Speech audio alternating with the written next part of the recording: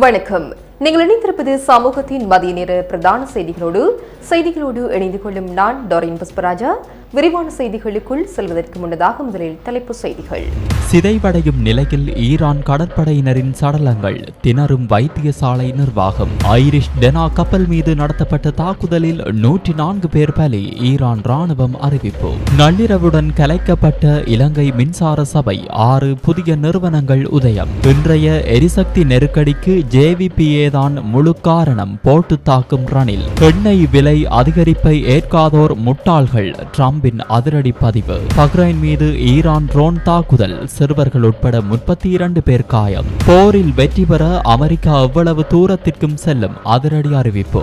நாட்டின் கௌரவம் இந்தியாவிடமும் அமெரிக்காவிடமும் அடகு வைக்கப்பட்டுள்ளது, சமிந்த விஜயசிறி விசனம்.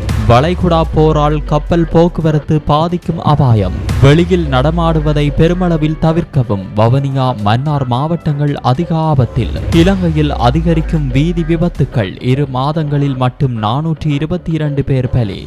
அவையமது தலைப்பு செய்திகள். இனி தொடர்பான விரிவான செய்திகள். அமெரிக்க நீர்மூழ்கி கப்பலால் தாக்கப்பட்டு ஈரானிய போர்க்கப்பலில் உயிரிழந்து 87 மாலுமிகளின் உடல்களை கையாள்வதில் காலிகராப்பட்டிய பொதுன வைத்தியசாலை நிர்வாகம் பெரும் சவால்களை எதிர்கொண்டு வருவதாக தெரிய வருகின்றது. இந்த உடல்களை இன்னும் எவ்வளவு காலத்திற்கு வைத்தியசாலையில் வைத்திருக்க வேண்டும் என்பது குறித்து தமக்கு இதுவரை எவ்வித உத்தியோகபூர்வ தகவல்களும் வழங்கப்படவில்லை என வைத்தியசாலை பணிப்பாளர் மருத்துவர் SDUM ரங்க தெரிவித்துள்ளார். சுகாதார அமைச்சு, வெளிவிவகார அமைச்சு மற்றும் ஈரானிய தூதரகம் ஆகியவற்றுக்கு இடையே நடைபெற்று வரும் பேச்சுவார்த்தைகள் குறித்து தமக்கு தெரியாது என்றும் அவர் குறிப்பிட்டுள்ளார். ஒரே நேரத்தில் அதிகளவிலான உடல்கள் கொண்டுவரப்பட்ட போது அவற்றை பாதுகாப்பாக வைப்பதில் பெரும் சிரமங்களை எதிர்கொண்டதாக பணிப்பாளர் சுட்டிக்காட்டினார். போதிய குளிரூட்டி வசதிகள் இல்லாத நிலையில் உடல்கள் சிதையாமல் இருக்க தற்காலிக ஏற்பாடுகள் மூலம் அவை பாதுகாக்கப்பட்டு வருகின்றன. இந்த உடல்களை இலங்கையிலேயே அடக்கம் செய்ய அனுமதி வழங்கப்பட்டால் அதனை இலகுவாக செய்ய முடியும் என அவர் தெரிவித்துள்ளார். உள்ளூரில் அடக்கம் செய்ய தீர்மானிக்கப்பட்டால் மாநகர சபை மற்றும் பொதுமக்களின் உதவியுடன் ஒரே நாளில் அந்த பணிகளை அம்மாள் நிறைவு செய்ய முடியும் என்றும் அவர் மேலும் குறிப்பிட்டார்.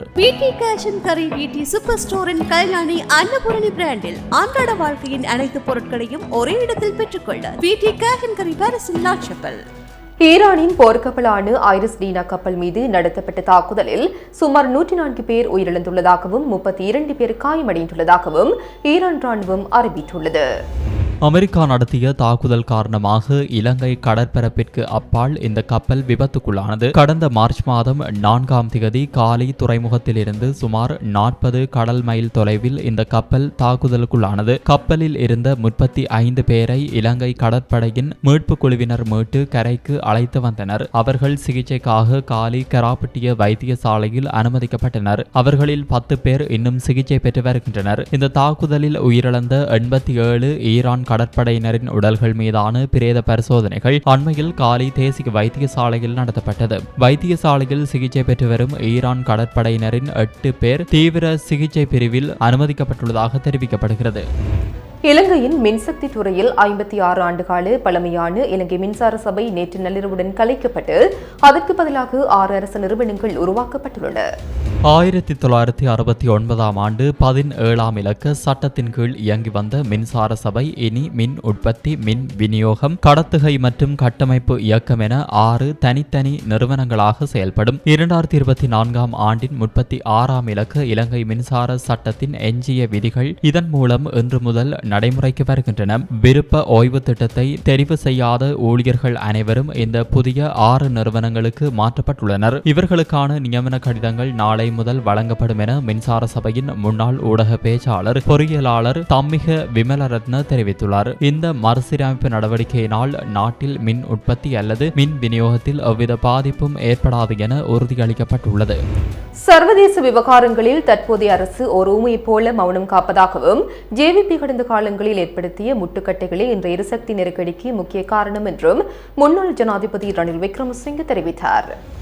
கொழும்பில் நேற்று இடம்பெற்ற விசேட கலந்துரையாடலின் போதே அவர் இந்த விமர்சனத்தை முன்வைத்தார். எண்ணெய் சேமிப்பு முறைகள் என்பது காலங்காலமாக பயன்பாட்டில் உள்ளவை. முதலில் அமெரிக்க நிறுவனங்களுடனும் பின்னர் எண்ணெய் கூட்டு தாபனத்துடனும் நாம் இவற்றை முன்னெடுத்து வந்தோம். 2003ஆம் ஆண்டில் திருகோணமலை எண்ணெய் தாங்கிகளை இந்தியாவிடம் ஒப்படைக்க நான் முயற்சி செய்தேன். அன்றே அந்த திட்டம் நிறைவேறியிருந்தால் இலங்கைக்கு இன்று இவ்வளவு பெரிய நெருக்கடி வந்திருக்காது. எண்ணெய் தாராளமாக கிடைத்திருக்கும். ஆனால் அதனை எதிர்த்தது யார்? JVP தான். அதனை அம்மாள் மறக்க முடியாது என்றும் சாடினார். மேலும் 2015ஆம் ஆண்டிலும் இத்திட்டம் JVP-யினால் தடுக்கப்பட்டதாக குறிப்பிட்ட அவர் 2024ஆம் ஆண்டில் நிறைவடைந்திருக்க வேண்டிய விசாகப்பட்டினம் இலங்கை இடையிலான எண்ணெய் குழாய் திட்டத்தையும் அனுரகுமார தலைமையிலான தரப்பினரை முடக்கினர் என்றும் தெரிவித்தார். இந்த திட்டம் செயல்பாட்டில் இருந்திருந்தால் தற்போதைய நெருக்கடியின் போது நமக்கு உதவுவதை இந்தியா தனது கடமையாக கருதியிருக்கும். அது மட்டுமின்றி நாம் கொண்டு வந்த புதுப்பிக்கத்தக்க எரிசக்தி திட்டங்களையும் இவர்கள் தடுத்தனர். தற்போதைய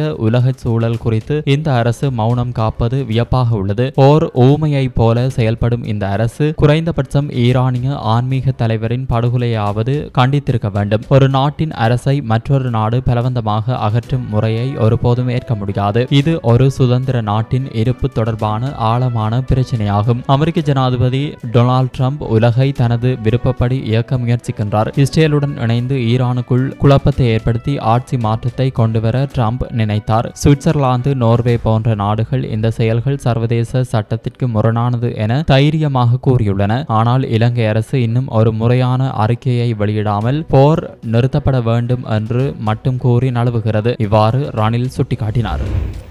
அமெரிக்கா மற்றும் உலகின் பாதுகாப்பு மற்றும் அமைதிக்காக ஈரானின் அணுமிரட்டலை முழுமையாக அளிக்கும் வரை எண்ணெய் விலை குறுகிய காலம் உயர்ந்தாலும் அது மிக சிறிய விலைதான் என்று அமெரிக்க ஜனாதிபதி டொனால்ட் ட்ரம்ப் தெரிவித்துள்ளார். அவர் தனது சமூக வலைதளமான ட்ரூத் சோசியலில் இவ்வாறு பதிவிட்டுள்ளார். அவர் அதிகரித்த எண்ணெய் விலை இறைவனை மறைத்துவிடும் போது விரைவாக வீழும். இது அமெரிக்காவிற்கும் உலகிற்கும் பாதுகாப்புக்கும் அமைதிக்கும் ஒரு மிகவும் சிறிய செலவுதான். முட்டாள்கள் மட்டுமே வித்தியாசமாக சிந்திப்பார்கள் என்று பதிவிட்டுள்ளார். மத்திய கிழக்கின் போர் பதற்றத்தின் மத்தியில் எண்ணெய் விலை நாளுக்கு நாள் மாறிவரும் நிலையில் ட்ரம்பின் இந்த பதிவு பல கேள்விகளை எழுப்பியுள்ளது. இதேவேளை விமான தாக்குதலில் கொல்லப்பட்ட அயதுல்லா அலி கமேனிக்கு பதிலாக நியமிக்கப்படும் ஈரானின் அடுத்த அதி உயர் தலைவர் முதலில் தமது ஒப்புதலை பெற தவறினால் அவர் நீண்ட காலம் நீடிக்க மாட்டார் என்று அமெரிக்க ஜனாதிபதி டொனால்ட் ட்ரம்ப் தெரிவித்துள்ளார். இந்த நிலையில் மத்திய கிழக்கின் முக்கிய எரிசக்தி உற்பத்தியாளர்கள் உற்பத்தியை குறைத்ததை தொடர்ந்து சர்வதேச சந்தையில் நேற்று மசகு எண்ணெய் பீப்பாய் ஒன்றின் விலை $100க்கும் அதிகமாக உயர்ந்துள்ளது. ஈரான் மீதான அமெரிக்க இஸ்ரேல் போர் காரணமாக எண்ணெய் மற்றும் எரிவாயு போக்குவரத்திற்கான உலகின் மிக முக்கியமான கடல் பாதைகளில் ஒன்றான ஹோர்முஸ் ஜலசந்தி முடங்கியுள்ளன. இந்த நிலையில் அதற்கு பதிலடியாக இந்த உற்பத்தி குறைப்பு நடவடிக்கை எடுக்கப்பட்டுள்ளது. அதன்படி பிரெண்ட் ரக மசகு எண்ணெய் 18% உயர்ந்து பீப்பாய் ஒன்றின் விலை $108.68 விற்பனை செய்யப்படுகிறது. அமெரிக்காவின் WTI ரக மசகு எண்ணெய் சுமார் 20% அதிகரித்து பீப்பாய் ஒன்றின் விலை $108 உயர்ந்துள்ளது. பக்ரைன் தலைநகருக்கு அருகே ஈரான் நடத்திய ட்ரோன் தாக்குதலில் சுமார் 32 பேர் காயமடைந்துள்ளதாக அந்த நாட்டு அரசு செய்தி நிறுவனம் தெரிவித்துள்ளது. பக்ரைன் சுகாதார அமைச்சை மேற்கோள் காட்டி இந்த தகவல் வெளியாகியுள்ளது. காயமடைந்தவர்கள் அனைவரும் பக்ரைன் பிரஜைகள் என தெரிவிக்கப்படுகிறது. இதில் 17 வயது சிறுமி ஒருவரின் தலை மற்றும் கண்களில் பலத்த காயம் ஏற்பட்டுள்ளதாகவும் தெரிவிக்கப்படுகிறது. அத்துடன் காயமடைந்தவர்களில் 2 மாத குழந்தை ஒன்றும் அடங்குவதாக சர்வதேச ஊடகங்கள் தெரிவிக்கின்றன. காயமடைந்தவர்களில் 4 பேரின் நிலைமை கவலைக்கிடமாக உள்ளதாக குறிப்பிடப்படுகிறது. இப்பகுதியில் நிலவி வரும் ராணுவ மோதல்களுக்கு மத்தியில் பொதுமக்களுக்கு பாதிப்பை ஏற்படுத்தியுள்ள இந்த சம்பவம் பெரும் பரபரப்பை ஏற்படுத்தியுள்ளது. பாதுகாப்பு நிலவரங்களை கருத்தில் கொண்டு போலீசார் அப்பகுதியில் பாதுகாப்பை தீவிரப்படுத்தியுள்ளனர். ஈரானுடனான போரில் வெற்றி பெறுவதற்கு எவ்வளவு தூரம் செல்ல வேண்டுமோ அவ்வளவு தூரம் செல்ல அமெரிக்கா தயாராக உள்ளதாக அமெரிக்க பாதுகாப்பு செயலாளர் பீட் ஹெக்ஸெட் தெரிவித்துள்ளார். ஊடகம் ஒன்றுக்கு அவர் வழங்கிய செவ்வியிலேயே இந்த விடயத்தினை குறிப்பிட்டுள்ளார். ஒரு இராணுவ நடவடிக்கையில் எல்லைகள் என்ன என்பதை எதிரியிடமோ ஊடகத்திடமோ அல்லது வேறு யாரிடமோ வெளிப்படுத்தக்கூடாது. அமெரிக்கா வெற்றிக்காக போராடுகிறது. ஈரானின் சரணடைதலுக்கான நிபந்தனைகளை டொனால்ட் ட்ரம்ப் தீர்மானிப்பார். ஈரானால் போரிட முடியாது என்பது எங்களுக்கு தெரியும். அவர்களுக்கு தெரிந்தாலும் இல்லாவிட்டாலும் அவர்கள் போர்க்களத்தில் செயலற்றவர்களாகி சரணடைவார்கள் என்று ஹெக்ஸெட் குறிப்பிட்டார். மேலும் ஈரானின் கடற்படை பெரும்பாலும் அழிந்துவிட்டது என்றும் என்றும் அது தொடர்ந்து வலுவிழந்து கொண்டே இருக்கும் என்றும் அவர் கூறினார். இது ஒரு ஆரம்பம் மட்டுமே என்று அவர் எச்சரித்தார். எதிர்க்கட்சியில் இருந்தபோது அமெரிக்கா மற்றும் இந்தியாவிற்கு எதிராக கூச்சலிட்டவர்கள் இன்று அந்த நாடுகளுக்கு பாய்ந்து ஒவ்வொரு தீர்மானங்களையும் எடுக்கின்றனர். நாட்டின் கௌரவத்தை இந்தியாவிடமும் அமெரிக்காவிடமும் அடகு வைத்துள்ளதாக பாராளுமன்ற உறுப்பினர் சமிந்த விஜயசிறி குற்றம் சுமத்தினார். நேற்று இடம்பெற்ற ஊடகவியலாளர் மாநாட்டில் இதனை தெரிவித்த அவர் மேலும் குறிப்பிடுகையில், தற்போதைய வெளிவிவகார அமைச்சர் சர்வதேச மட்டத்தில் நாட்டை பெரும் சங்கடத்திற்கு உள்ளாக்கியிருப்பதாக கடுமையாக விமர்சிக்கப்படுகிறது. எதிர்க்கட்சியில் இருந்தபோது அப்போதைய அமைச்சர்களை கேலி செய்த ஜேவிபி அணியினர் இன்று ஆட்சியில் அமர்ந்ததும் சர்வதேச ரீதியில் நாட்டை ஒரு நகைச்சுவை பொருளாக மாற்றியுள்ளனர். அமைச்சருக்கு ஆங்கிலத்தில் உரையாற்ற தெரியாவிட்டால் சிங்கள மொழியில் பேசி ஒரு மொழிபெயர்ப்பாளரை பயன்படுத்தியிருக்கலாம். அது நாட்டின் கௌரவத்தை பாதுகாத்திருக்கும். ஆனால் தெரியாத மொழியில் பேசி சர்வதேச அரங்கில் இலங்கையை தாழ்த்தியிருக்கின்றார். பொருளாதார கொலையாளிகளையும் ஊழல்வாதிகளையும் சிறையில் அடைப்போம் என்று கூறி ஆட்சிக்கு வந்தவர்கள் தற்போது நுரைச்சோலை மின் உற்பத்தி நிலையத்திற்கு தரம் குறைந்த நிலக்கரியை இறக்குமதி செய்வதன் மூலம் ஊழலில் ஈடுபடுவதாக குற்றம் சுமத்தப்பட்டுள்ளது. ஒருவரிடம் கூட பதிவு செய்யப்படாத நிலக்கரியை பார்த்திராத ஒரு நிறுவனத்திற்கு இந்த ஒப்பந்தம் வழங்கப்பட்டுள்ளது. இதனால் மின் உற்பத்தி பாதிக்கப்பட்டு அதிக செலவு கொண்ட டீசல் மின்சாரத்தை பயன்படுத்த வேண்டிய நிலை ஏற்பட்டுள்ளது. இதன் சுமை மின்சார கட்டண உயர்வு மூலம் மக்கள் மீது சுமத்தப்படுவதாக விமர்சிக்கப்பட்டுள்ளது. எதிர்க்கட்சியில் இருந்தபோது அமெரிக்கா மற்றும் இந்தியாவுக்கு எதிராக கூச்சலிட்டவர்கள் இன்று அந்த நாடுகளுக்கு பயந்து ஒவ்வொரு தீர்மானங்களையும் எடுக்கின்றனர். ஈரான் மீதான தாக்குதல்கள் போன்ற விவகாரங்களில் சர்வதேச மட்டத்தில் ஒரு தெளிவான நிலைப்பாட்டை எடுக்க முடியாமல் அரசாங்கம் தடுமாறுகிறது என்றார். இஸ்ரேல் மற்றும் அமெரிக்காவின் ஈரான் மீதான யுத்தம் மத்திய கிழக்கில் பெரும் பதற்றத்தை ஏற்படுத்தியுள்ள நிலையில் இந்த நிலைமை தொடரும் சூழலில் சர்வதேச கப்பல் போக்குவரத்தையும் உலகளாவிய சந்தை வியாபார பொருட்களையும் மறைமுகமாக தாக்கும் எனவும் குறிப்பாக இலங்கைக்கு இந்த நிலைமை ஏற்படும் எனவும் பொருளாதார நிபுணர்கள் தெரிவித்துள்ளனர். பொருட்கள் விநியோக சங்கிலியின் தடங்களால் கடல் மார்க்க வர்த்தக கட்டணம் பெருமளவில் அதிகரிக்கும் என கடல் போக்குவரத்து கொழும்பு பயிற்சி நிலையத்தின் பிரதம நிறைவேற்று அதிகாரி ரொஹான் மாசஹொரெல்ல தெரிவித்துள்ளார். இந்த நிலைமை இம்மாத இறுதியில் நிச்சயம் எதிரொலிக்கும். இக்காலாண்டில் பொருட்களுக்கான சந்தை தட்டுப்பாடு ஏற்படும். பல பொருட்கள் விலை அதிகரிப்பை தற்போதே காண்பித்துள்ளன. யுத்தம் நீடித்தால் விநியோக சங்கிலியில் பாதிப்பை ஏற்படுத்தி உள்கட்டமைப்பு வசதி சீரழிவை ஏற்படுத்தும். யுத்தம் நிலவும் பிரச்சினைக்குரிய கடல் மார்க்கத்தில் ஏற்கனவே எண்ணெய் கப்பல் போக்குவரத்து பாதிக்கப்பட்டுள்ளன. இதனால் எரிபொருள் சந்தை விலை அதிகரிக்கப்படும் எனவும் அவர் தெரிவித்தார். சப்ரகமுவ மேல் மற்றும் வடமேல் மாகாணங்களிலும் அத்துடன் வவுனியா மற்றும் மன்னார் மாவட்டங்களிலும் இன்று அதிகரித்த வெப்பநிலை காணப்படும். இந்த வெப்ப அதிகரிப்பை வெப்ப சுட்டன் என அழைக்கப்படுகிறது என வளிமண்டலவியல் திணைக்களம் தெரிவித்துள்ளது.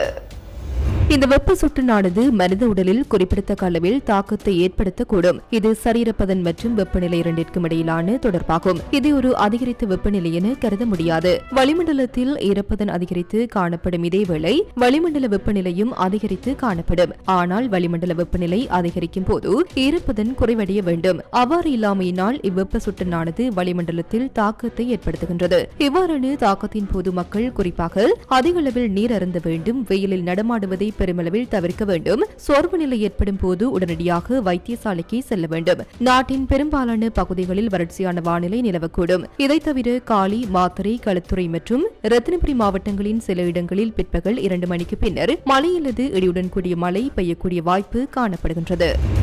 கொழும்பு ககதுடுவு பகுதியில் உள்ள ஆடை தொழிற்சாலை ஒன்றில் பணிபுரிந்த 25 வயதுடைய யுவதி ஒருவர் அவரது காதலனால் தொழிற்சாலை வளாகத்திற்கு உள்ளேயே கத்தியால் குத்தி கொலை செய்யப்பட்ட சம்பவம் தொடர்பில் கடந்த 5 நாட்களாக போலீசார் தீவிர விசாரணைகளை மேற்கொண்டு வருகின்றனர்.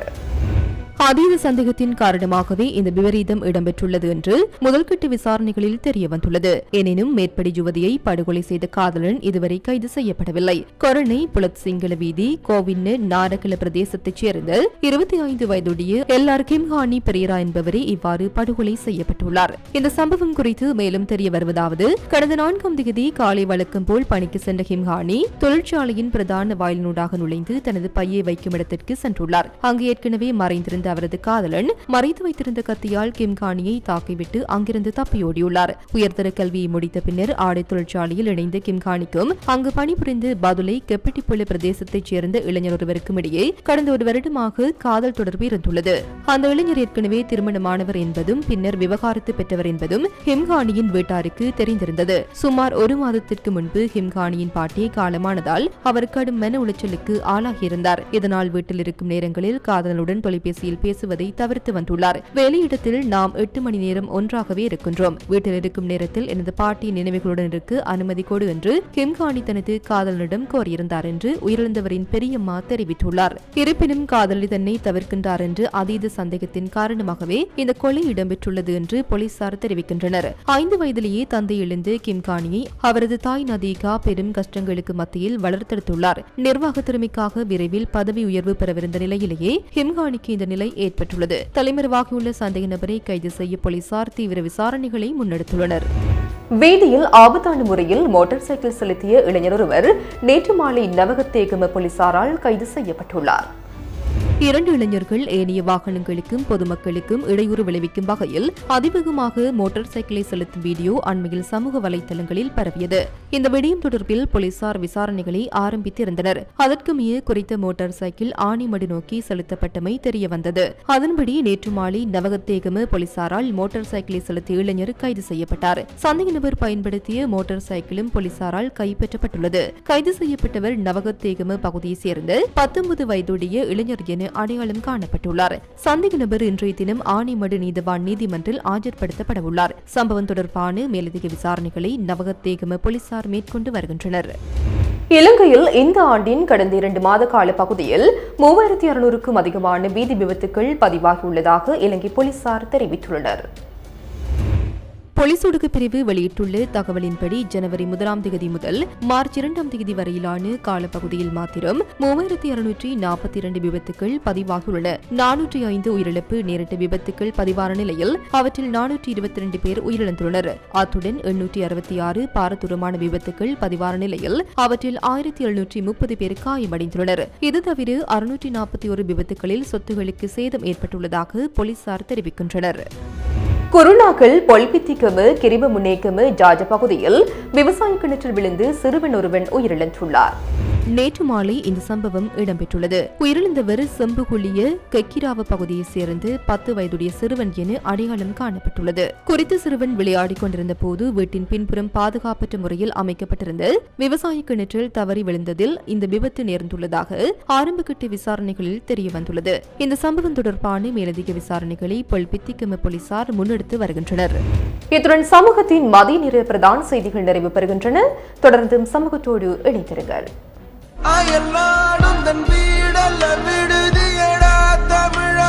தாய் மண்ணிலும் ஒரு சொந்த இல்லம். அக்கனவு நனவாக இலங்கையில் மனை விற்பனை மற்றும் நிர்மாணத் துறையில் முதன்மை நிறுவனமான ப்ளூ ஓஷனை நாடுங்கள். எமது RIP பேச்சுக்கு கிடைத்த மரண அறிவித்தல்கள். கொழும்பை பிறப்பிடமாகவும் வதிவிடமாகவும் கொண்டிருந்த திரு ராஜகோபால் ரெட்டியார் கிஷாந்தன் அவர்கள் 7/3/2026 சனிக்கிழமை அன்று காலமானார். யாழ்ப்பாணம் நாவற்குழியை பிறப்பிடமாகவும் இலக்கம் 668 கீழ் 3 சிலாபம் வீதி நீர்கொழும்பை வதிவிடமாகவும் கொண்டிருந்த வைத்தியர் திருமதி விஸ்வரட்னம நவமணி அவர்கள் 7/3/2026 சனிக்கிழமை அன்று இறைவனடி சேர்ந்தார். மட்டக்களப்பு அரசடி தீவை பிறப்பிடமாகவும் வதிவிடமாகவும் கொண்டிருந்த திருமதி சபாரத்னம அரியமலர் அவர்கள் 8/3/2026 ஞாயிற்றுக்கிழமை அன்று இயற்கை எய்தினார்.